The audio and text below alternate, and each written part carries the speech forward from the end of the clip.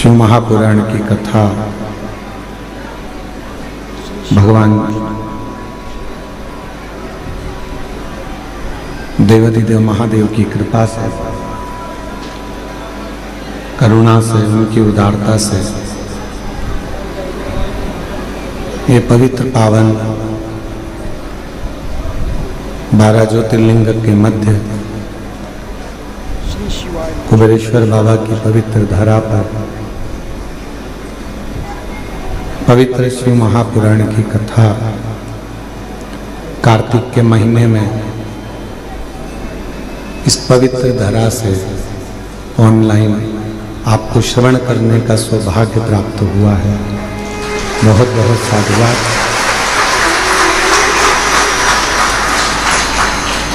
स्वर्गीय श्री मायाराम साहू जी, स्वर्गीय श्रीमती सोनवती साहू जी की स्मृति में, स्वर्गीय श्रीमती बुधिया साहू जी, स्वर्गीय श्री मोहनलाल साहू जी की स्मृति में, दामोदर प्रसाद साहू जी परिवार एवं समस्त ग्रामवासी धनोरा के सौजन्य से, छत्तीसगढ़ की ये धनोरा गांव के सौजन्य से ये पवित्र कथा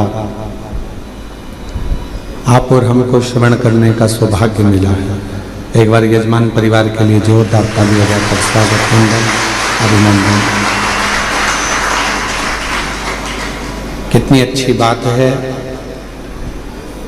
दामोदर मास में, कार्तिक के महीने को दामोदर मास कहते हैं और दामोदर मास में दामोदर प्रसाद जी ही कथा करा रहे हैं। बहुत बहुत साधुवाद, धन्यवाद, बधाई। संपूर्ण छत्तीसगढ़ वासियों को, धनोरा ग्राम के निवासियों को बहुत बहुत बधाई देते हैं। ये कथा होना थी धनोरा गांव में ही, पर आसपास बहुत सारा धान फसल होने के कारण, बस भूमि की व्यवस्था सुचारू न मिलने के कारण ये कथा दामोदर मास में, कार्तिक महीने में दामोदर प्रसाद साहू जी के पूरे परिवार और धनोरा वासियों की ओर से कथा यहाँ से हो। और तेरी कृपा बिना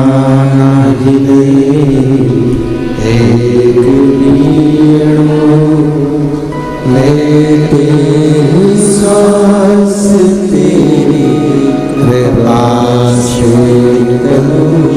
करूं बखान क्या करूं मैं राखों के नेता, जब बबूत में खजाना का हे गंगाधार मुक्तिदार ओंकार तू, भोले ओंकार तू, आयो शरण तिहारी शंभु बखान क्या करूं मैं राखों के ढेका, चपटी भभूत में खजाना कुबेर, हे गंगाधार मुक्तिदार ओंकार तू, भोले ओंकार तू, आयो शरण तिहारी शंभु तू। शिव कथा, और वो भी बाबा कुबेर भंडारी के पवित्र प्रागण्य से।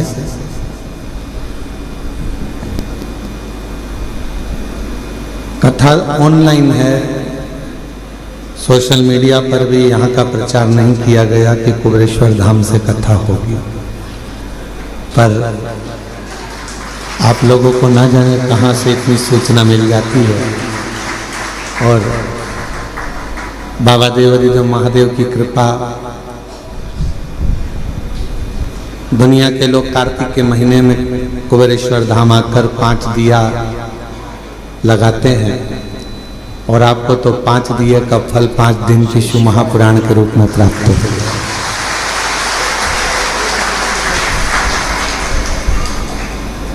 बड़ी कृपा करी है बाबा ने आपका। दीपावली का कुछ ना कुछ गिफ्ट देना होगा, इसलिए बाबा ने आपको यहाँ बुला लिया।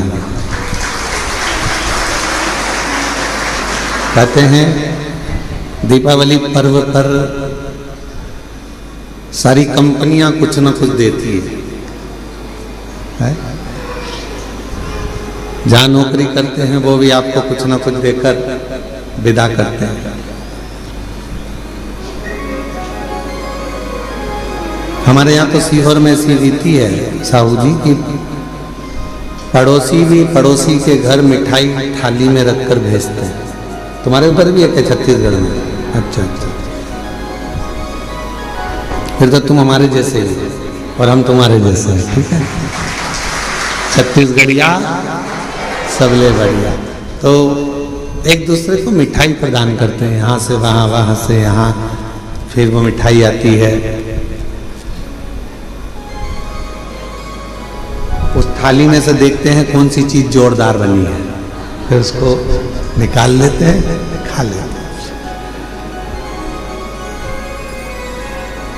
जब पड़ोसी के घर में दीपावली पर मिठाई भेजता है तो निश्चित है कि आप यदि कुबेरेश्वर धाम पर आए हो या ऑनलाइन अपने अपने घरों से शिव महापुराण की कथा को इस कुबेरेश्वर बाबा की पवित्र धरा से श्रवण कर रहे हो, तो निश्चित है कि मेरा कुबेर भंडारी भी आपकी झोली में कुछ ना कुछ जरूर देगा, ये निश्चित है। और मैंने तेरे ही भरोसे बाबा, तेरे ही भरोसे हवा बिछ उड़ती जागी, बाबा डोल है तो छड़ी नाम कटी जागी। भोले मैं तेरी शंभो मैं तेरी हवा बिछ उड़ती जागी, बाबा डोल है तो छड़ी नाम कटी जागी। शिव कथा मानव जीवन के लिए एक औषधि का कार्य करती है।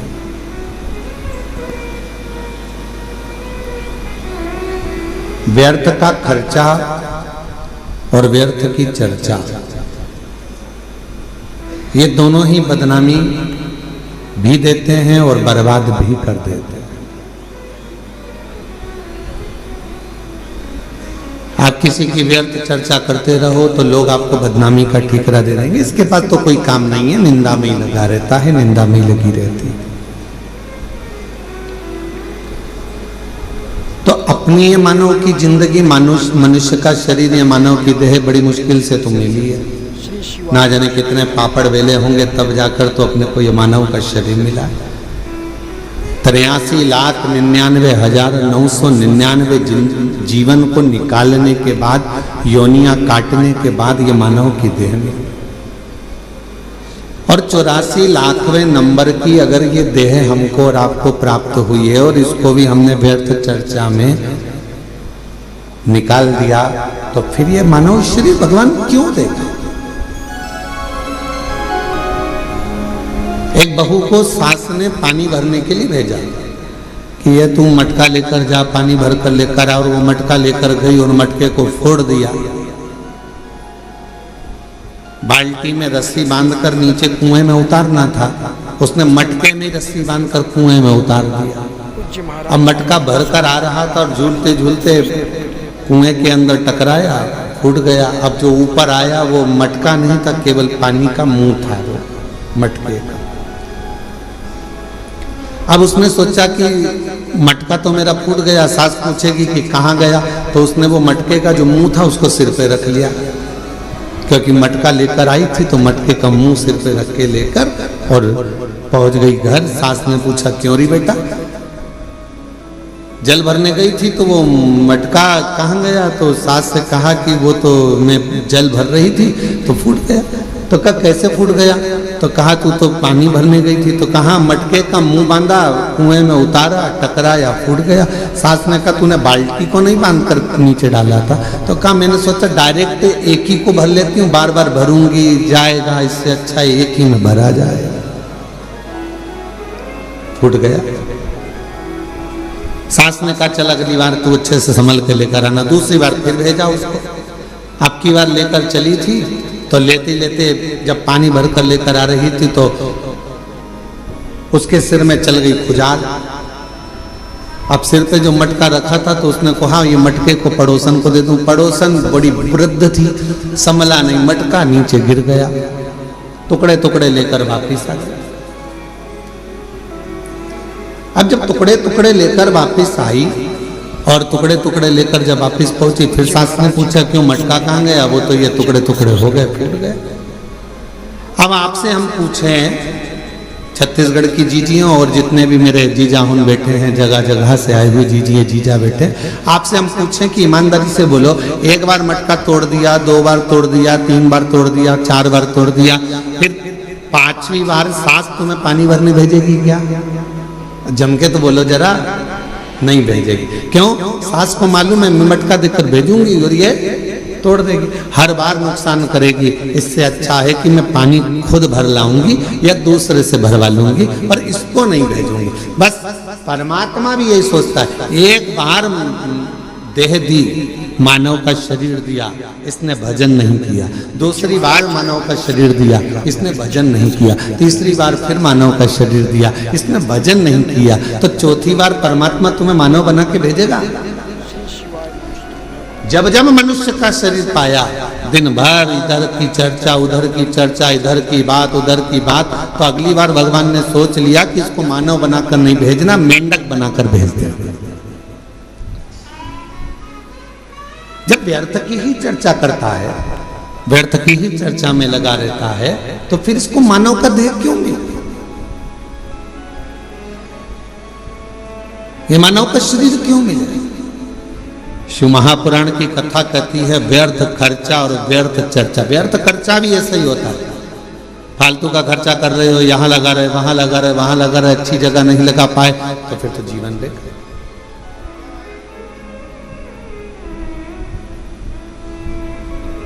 और मिलती है शिव नाम की दौलत कभी कभी,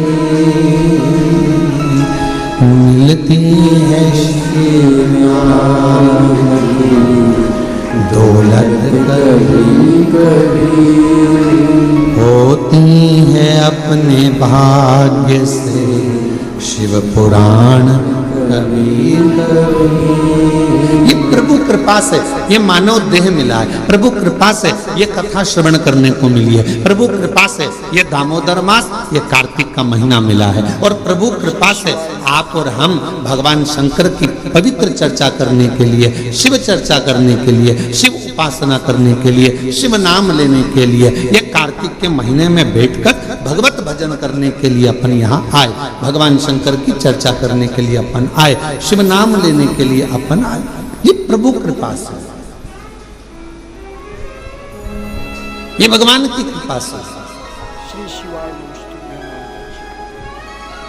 और बड़ी मुश्किल से तो मिली, और बड़ी मुश्किल से भगवत भजन मिला, बड़ी मुश्किल से भगवत नाम मिला, बड़ी मुश्किल से मानव का देह मिला, और बड़ी मुश्किल से ये मनुष्य शरीर प्राप्त हुआ, और उसको ऐसे ही गवा दे तो क्या मतलब था?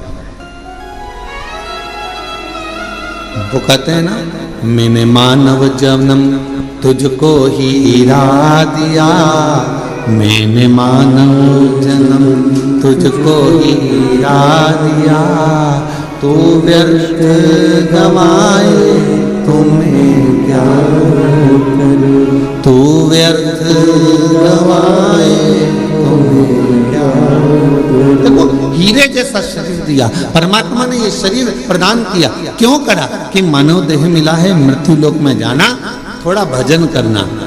भगवान ने ये कभी नहीं कहा कि तू काम मत कर, भगवान ने ये नहीं कहा कि तू परिवार मत संभाल। मेरा परमात्मा सारे पुराण, सारे वेद, सारे शास्त्र एक बात जरूर कहते हैं कि मृत्यु लोक में आए हो, संसार में आए हो, तो अपने परिवार को पालना भी पड़ेगा, पोषण भी करना पड़ेगा, संभालना भी पड़ेगा, नाते रिश्तों में रहना भी पड़ेगा, कुटुंब कबीले में भी रहना पड़ेगा। सबके साथ रहकर थोड़ा सा समय परमात्मा के लिए निकालना। और मुख से जब तेरे इस मानव देह से दिन भर में एक बार भी श्री शिवाय नमस्तुभ्यम निकल जाए तो समझ लेना मानव देह कृतार्थ।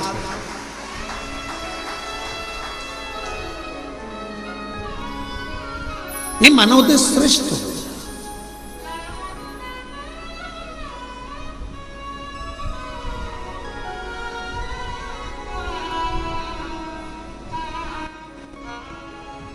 कल एक गुड़गांव से एक बहन जी आई थी, वो एक बात कर रही थी कि गुरुजी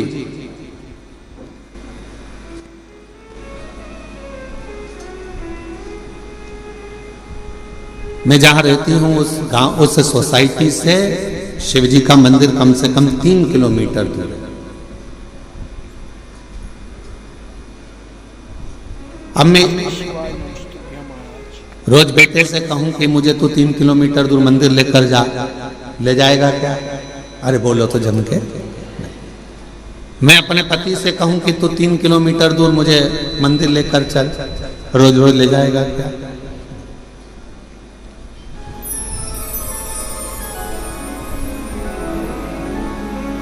अभी हम आ रहे थे, इसके 1 घंटे पहले यहाँ पर हमारे, हम जहाँ रहते हैं कक्ष में, उसके बाहर एक माताजी बात कर रही थी दूसरी माताजी से। कहे कि मैं तो मेरे पति को बोलकर साथ में लेकर आई हूँ कि अपन केवल आधा घंटा की कथा सुनेंगे, उसके बाद आ जाएंगे।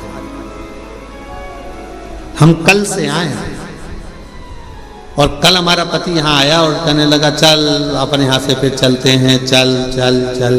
और उसने रात की जो आरती करी शाम की प्रदोष काल की, उसके बाद हमारा पति हमसे बोला अब तो पूरी 5 दिन की सुन के ही जाए।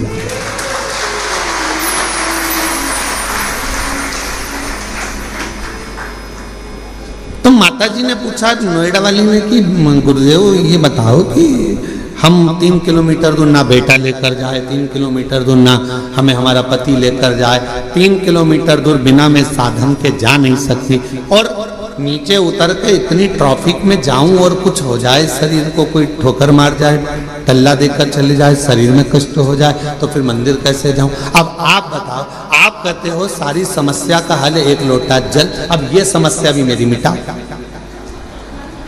ये भी समस्या। अब तुम बताओ कि मैं जाऊं तो जाऊं कैसे? तो हमने कहा मां, शिव पुराण की कथा कहती है जब तक शरीर चले तब तक भगवान के मंदिर जाकर 1 लोटा जल चढ़ाओ, और जब तुम्हारा शरीर ही इतना भारी हो गया, चल नहीं पाती हो, जा नहीं पाती हो, तो फिर एक काम करो, अपने घर के अंदर जो शिवलिंग है उस शिवलिंग पर जल चढ़ाओ और बाबा से प्रार्थना करो कि मेरे इस जल को महाकाल राजा तो स्वीकार करना, मेरे इस जल को काशी विश्वनाथ तो स्वीकार करना, मेरे इस जल को बाबा वैद्यनाथ तुम स्वीकार करना, मेरे इस जल को हे कृष्णेश्वर नाथ तुम स्वीकार करना। करेगा वो?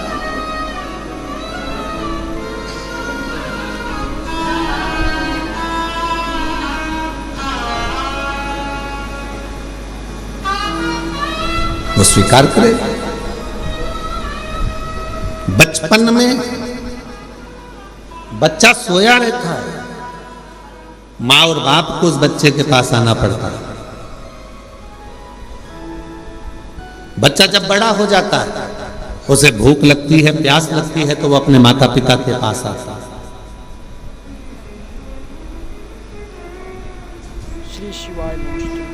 शिव महापुराण की कथा कहती है जब शरीर में कष्ट है, रोग समाहित हो गया, पूरा शरीर शिथिल हो गया, आप मंदिर नहीं जा सकते तो एक काम करो, घर में जो शिवलिंग है उस पे जल चढ़ाकर आचमन करो। और अगर इतना भी नहीं चल सकते हो तो पलंग पर भी अगर पड़े हुए हो तो मानसिक पूजन करो। आज मैंने भोलेनाथ जी को जल चढ़ा दिया है, बाबा मैंने आपका जल चढ़ा हुआ पी लिया है। श्री शिवाय नमस्तुभ्यं, श्री शिवाय नमस्तुभ्यं, श्री शिवाय नमस्तुभ्यं, श्री शिवाय नमस्तुभ्यं। बाबा मैंने जल चढ़ा दिया, बाबा मैंने आचमन कर लिया। पलंग पर पड़ो, शरीर नहीं चल पा रहा, आप अपने कमरे से निकल भी नहीं पा रहे हो, कहीं जा भी नहीं पा रहे हो, तो भी उस शिव को याद करो, उसका भजन करो, उसका स्मरण करो। तुम नहीं जा सकते तो क्या हुआ, तुम्हारे भक्ति के बल से एक दिन कुबेरेश्वर बाबा तुम्हारे दरवाजे तक जरूर पहुंचेगा, तुम्हारे घर तक जरूर पहुंचेगा। आप जाओ उस तक।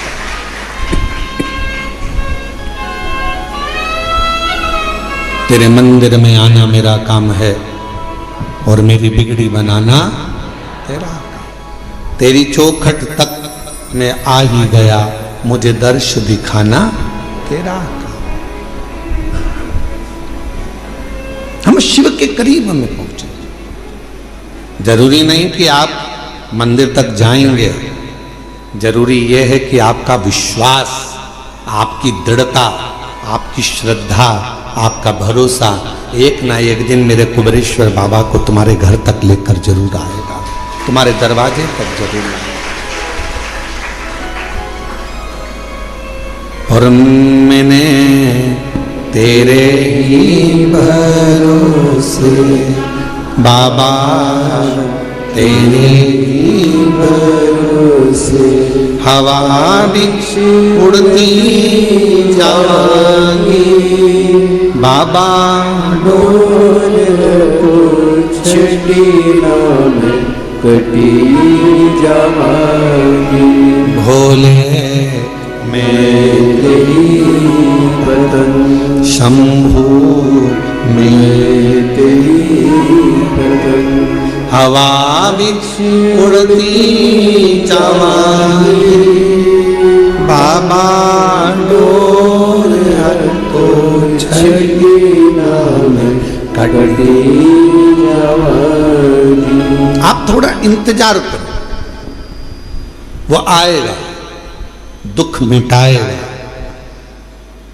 कोई कहे कि हम मंदिर तक ना जाएं, कोई बात नहीं, शरीर में कष्ट है मत जाओ, पर शरीर अच्छा है, चल सकते हो, जा सकते हो, तुम्हारे घर में चल रही है, तो इस शरीर से शिवालय तक जरूर जाओ, शंकर के मंदिर तक जरूर जाओ।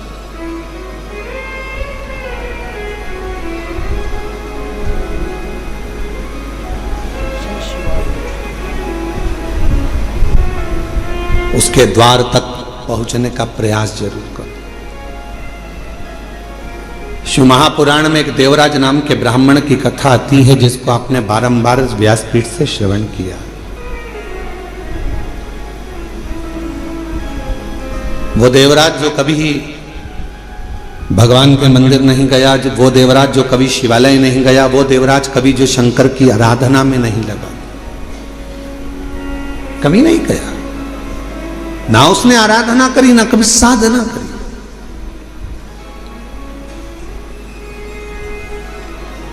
चोरी का धन लिया, एक पर नारी के कहने पर स्त्री के कहने पर, जिससे वो प्रेम करता था, जिससे वो स्नेह करता था, उस नारी के कहने पर रानी के गले का हार चुराकर वो लेकर अपनी उस जिससे प्रेम करता था उसको देने के लिए जा रहा था, और शरीर में पड़ गया ताप, बुखार। इतना ताप पड़ा कि उससे सहन नहीं हुआ कि मुझे ठंड लग रही है, बहुत ठंड लग। कहां जाऊं? टूटा सा शिवालय था, और टूटे से शिवालय में एक दीवार से दुबक कर बैठ गया। अब उसको क्या मालूम कि अंदर एक कोई विद्वान ब्राह्मण बैठा हुआ है और वो शिव महापुराण का पाठ कर रहा है, शिव महापुराण को श्रवण करा रहा।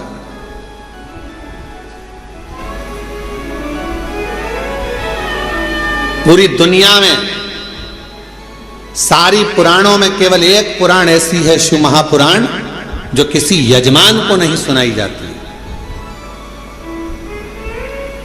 जिसका श्रोता यजमान नहीं होता, जिसका श्रोता दुनिया का कोई व्यक्ति नहीं होता, जिसका श्रोता केवल सारी पुराणों में केवल एक पुराण है। श्रीमद् भागवत को आप उठाएंगे तो राजा परीक्षित उसका श्रोता है, फिर कोई पुराण उठाएंगे तो उसका काशी नरेश एक श्रोता है, फिर कोई पुराण उठाएंगे उसका श्रोता यह है, पर शिव महापुराण का कोई श्रोता नहीं। शिव महापुराण का केवल एक श्रोता है, वो देव अधिदेव महादेव और माता पार्वती जी कथा को श्रवण करने के लिए 5 दिन यदि शिव महापुराण की कथा होती है, 7 दिन यदि शिव महापुराण की कथा होती है, मुख्य यजमान के रूप में जैसे साहू साहब यहाँ दामोदर जी बैठे हैं, दामोदर प्रसाद जी बैठे हैं, इनका परिवार बैठा है, या जिस तरह से आप सब इस पवित्र कथा को श्रवण करने के लिए बैठे हो, तो ये सोच कर बैठना 5 दिन आप कोई इंसान नहीं हो, 5 दिन आप कोई मनुष्य नहीं हो, 5 दिन आप कोई भी तुम्हारा नाम हो वो अपनी जगह पर है। 7 दिन 5 दिन जब कोई कथा का यजमान बनकर बैठता है तो उस जगह पर वो स्वयं नहीं बैठता, स्वयं देव अधिदेव महादेव उसके यजमान बनकर बैठते हैं उसके रूप में।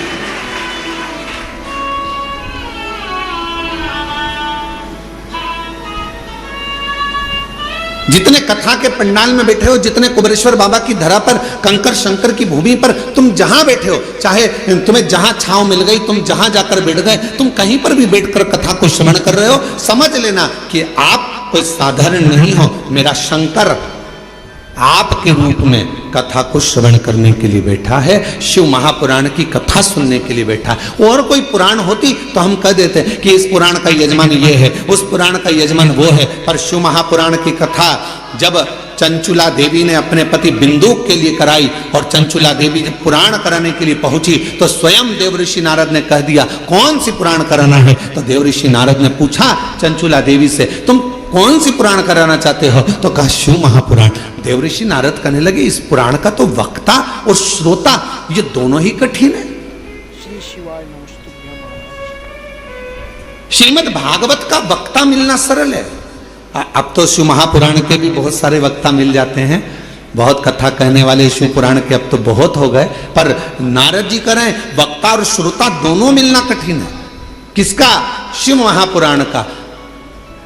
रामचरितमानस का वक्ता और श्रोता भी मिलेगा, श्रीमद् भागवत का वक्ता श्रोता मिलेगा, विष्णु पुराण का वक्ता श्रोता मिलेगा, मत्स्य पुराण का वक्ता श्रोता मिलेगा, पर शिव महापुराण का वक्ता और श्रोता मिलना कठिन है। क्यों? क्योंकि दोनों का मिलना इसलिए कठिन है कि वक्ता भी ऐसा होना चाहिए जिसका पूरा भरोसा भगवान शंकर पर हो, और श्रोता भी ऐसा मिलना चाहिए जिसका पूरा भरोसा शंकर पर। वक्ता भी ऐसा हो जिसका पूरा भरोसा शिव पर हो, शंकर के बिना रह ना सके, शिव के स्मरण के बिना ना रह सके, शंकर की भक्ति में डूबा रहता हो, शिव स्मरण में डूबा रहता हो, तो वो वक्ता हो। और श्रोता भी ऐसा हो जो भगवान शंकर के भजन के बिना, शिव नाम के बिना, शंकर के स्मरण के बिना, शिव भक्ति के बिना रह नहीं पाता।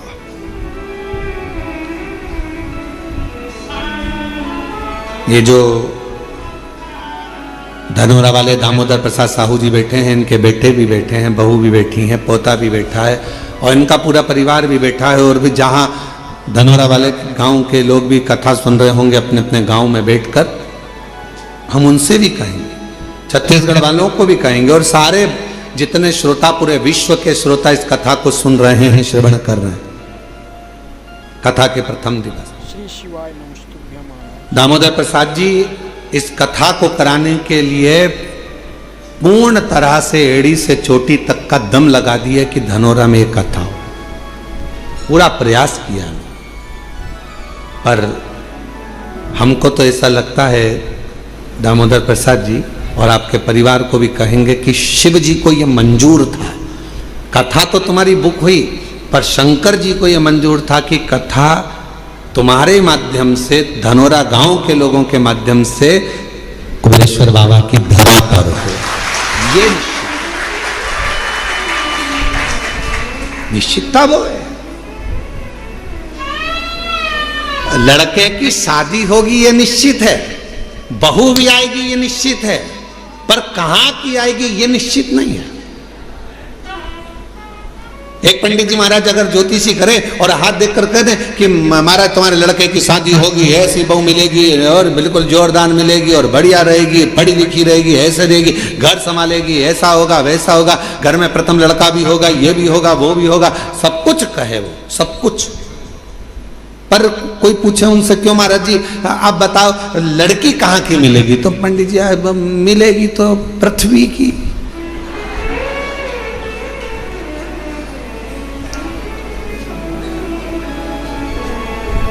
मिलेगी तो पृथ्वी की। एलईडियां चालू करो बाहर की, तो मिलना तो पृथ्वी की है, मना नहीं। अब वो कहे नहीं महाराज जी अब वो पृथ्वी की तो मिलेगी, हमें मालूम है कि अंतरिक्ष की थोड़ी ना मिलेगी, ऊपर की थोड़ी ना मिल जाएगी है? पर ये तो बताओ कि मिलेगी कहाँ की। तो इतने में कहा कि हाँ उत्तर से दक्षिण और पूरब से पश्चिम, इसी के बीच की मिलेगी। अब इतने में फिर उन्होंने कहा नहीं महाराज मिल तो जाएगी, पर वो पूरब से पश्चिम उत्तर से दक्षिण मिलेगी कहाँ की। तो फिर कहा हाँ लड़की मिलेगी। अरे वो लड़की तो मिलेगी पर मिलेगी तो भगवान ने निश्चित कर दिया, कथा दे दी, इतनी तारीख से इतनी तारीख तक है, धनोरा गांव में होगी, ये होगा वो होगा, सब कुछ निश्चित हो गया। और ये पूछे दामोदर प्रसाद साहू जी से, इनके बच्चों से, टेंट भी हो गया, साउंड भी हो गया, भोजन भंडारे की व्यवस्था भी हो गई, सारा धनोरा गांव छत्तीसगढ़ का एक एक बच्चा तैयार, कथा हो रही है, कथा हो रही है, कथा हो रही है। और मालूम पड़े फिर शंकर जी को कुछ मंजूर होगा। शिव जी ने कहा दामोदर मास में दामोदर प्रसाद तुम हमारे पास आओ, कथा यहाँ। और हम तो बाबा के भरोसे चलते हैं, हम तो बाबा के भरोसे चलते हैं, ये दुनिया वाले जलते हैं, ये दुनिया वाले जलते हैं, डमरू वाले के भरोसे चलते हैं, काशी वाले के भरोसे चलते हैं, सीहोर वाले के भरोसे चलते हैं, सीहोर वाले के भरोसे चलते हैं, हम तो बाबा के भरोसे चलते हैं, हम तो बाबा के भरोसे चलते हैं। तो ये निश्चितता है महाराज। शिव कथा कर रही है, देवराज नाम का ब्राह्मण जो कि ब्राह्मण कुल में जन्म ले लिया, ब्राह्मण के घर में जन्म ले लिया, पर कभी ब्राह्मण कर्म नहीं कर पा रहा, ब्राह्मण कर्म से वंचित है।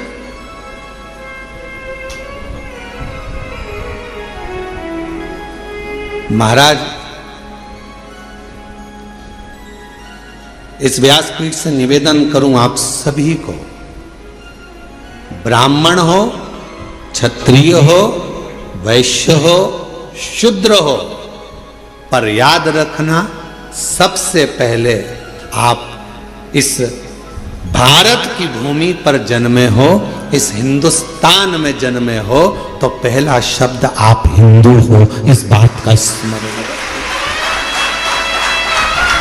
आप हिंदू हो, ब्राह्मण हो, क्षत्रिय हो, वैश्य हो, शूद्र हो, अपनी जगह पर सबसे पहले आप सनातनी हो, भगवान देवाधिदेव महादेव की संतान हो। आप मेरे बाबा की औलाद हो, संतान हो, मेरे शिव की संतान।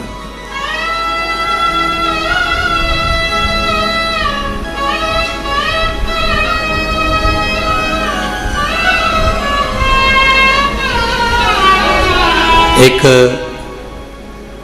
बच्चे ने अपनी मम्मी से पूछा, उसका पत्र है अभी हम पढ़ते हैं, बच्चे ने अपनी मम्मी से पूछा, माँ मैं इतने सालों से एग्जाम दे रहा हूं और मेरा एग्जाम क्लियर नहीं हो रहा, और तुम कहती हो कि एक लोटा जल सारी समस्या का हल। पत्र देखिए उसने लिखा।